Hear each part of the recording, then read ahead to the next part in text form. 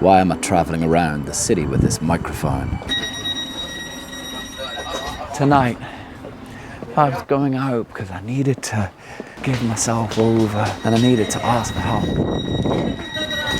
I didn't know how, and I just thought, right, I'm gonna go down way past where I wanted to go and I realized, yeah, why not? There's a microphone. What is a microphone? Why is a microphone standing there static in this space? Even a microphone wants to be something, you see. Yeah.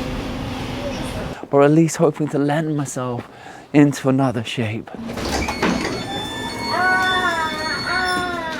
And out of that dance, out of that slight lostness. So I do the film work and that brings the money, and then I put it all into music, which makes absolutely no money. Absolute labour of love. Getting lost and then getting out of the wrong stop. And you know how it goes, like, where are we here? Oh shit, it's so bad, Andy. Yeah. So great to meet you, brother. Oh God. Yeah, you too, Conversations emerged.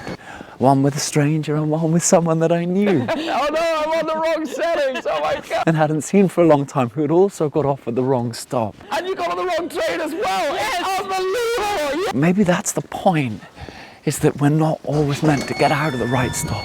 And even when we want to get out of the stop, we rarely do. That isn't how life goes.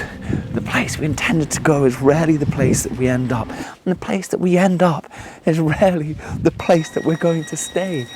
We are always in that greater conversation, that greater movement. Übergang zur S-Bahn-Linie 47. If we can have faith that there's good stuff out there for us, and to keep creative and to keep having the audacity to keep hoping.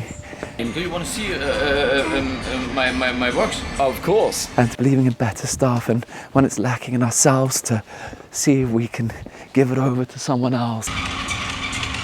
Dude, that's great. Yeah. Then I think that is a day worth living. Why am I traveling around the city with this microphone? I'm not exactly sure. In fact, I'm not sure of anything anymore, except that I missed my last stop. Earlier, I found myself pincered between pulse and procrastination, alive but rendered inanimate. And then it struck me, all of us can be something other than we are expected to be. All of us can go somewhere other than where we were meant to go. And so here we are, me and my microphone, renegotiating the void. Is it not our task to create meaning?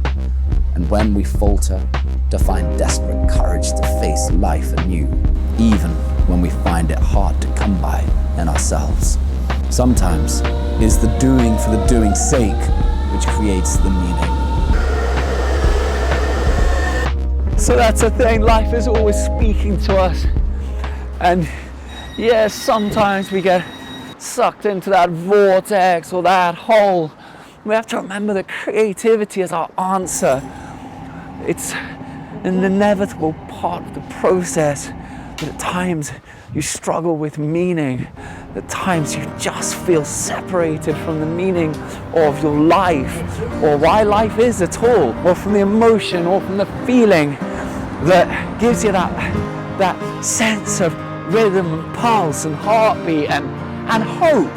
And it's a hard thing to admit to ourselves, and it's a hard thing to remember too, that sometimes hope is something that it is ours to invent, and that when it comes to inventing hope, creativity is our greatest tool. That is the language that the great trickster or the gods or whatever is out there has given to us. Why? Because it's his own language, or her own language, or their own language. Do we dare to put out our hands when we are in that difficult space, to either ask for help or to seize what it is that is missing, or to just have an exchange, to communicate with whatever it is out there that is missing in our own lives?